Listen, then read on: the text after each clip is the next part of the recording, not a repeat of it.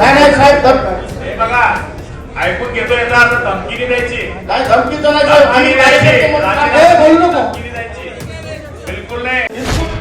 अशा ठिकाणी नगराध्यक्षाचा heavy form दिला आणि एवढी दुर्वावस्था नगराध्यक्षाची झाली. खाली नगरसेवक नव्हते 143 फक्त खुले पडत नगराध्यक्षाला.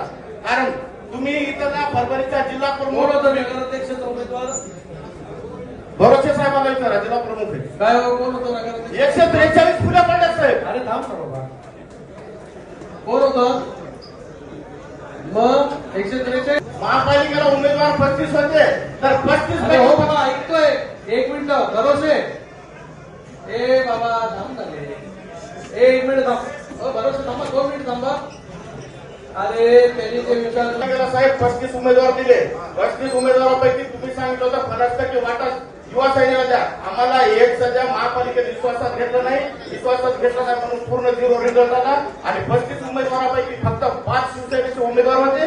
बाकीचे पूर्ण बीजेपी उभाटा आणि बाकी इतर काँग्रेस पक्षाचे उमेदवार दिले. ठीक आहे, अजून काय बोलायचं तुला? पक्ष संघटना कशी वाढेल? साहेब मात्र इथं युवा सेनेला फिल्मर कोणी मात्र विचारित नाही.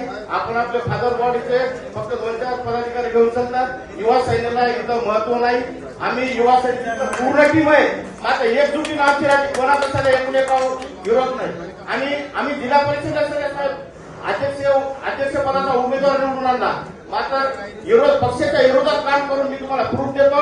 माझा 92 मतांना उमेदवार माझ्या विरोधात पक्षाचं काम करून 92 मतांना काढला उमेदवार. संघटना कशी वाढवायची ते सांग साहेब. याच्यावर तुम्ही निर्णय घ्या. तुमच्या जिल्हा प्रमुख इथला परभणीचा बदला कोणाला बी करा. त्याशिवाय संघटना वाढणार नाही परभणीची. नाहीतर आम्ही पूर्ण राजीनामे देऊन आम्ही कार्यकर्ते म्हणून काम करू. तुमचं सगळं म्हणणं नाही साहेब हे बघा ऐकून घेतो याचा अर्थ धमकी द्यायची काय धमकीचं नाही साहेब. आम्ही कार्यकर्ते म्हणून काम करू. ए, बोलू नको. धमकी द्यायची बिलकुल नाही. मंत्री मोदी बोलताय ना? तुमच्या भरोश्यावर शिवसेना नाही, शिवसेनेच्या भरोश्यावर आम्ही आहे. लक्षात ठेवा. हा बोलतोय तुमचं ऐकतोय द्यायला आपण 2.5 वर्ष बरोबर आहे. 2.5 वर्षामध्ये त्याला घरी बसवा आणि दुसरे नवीन मी नका.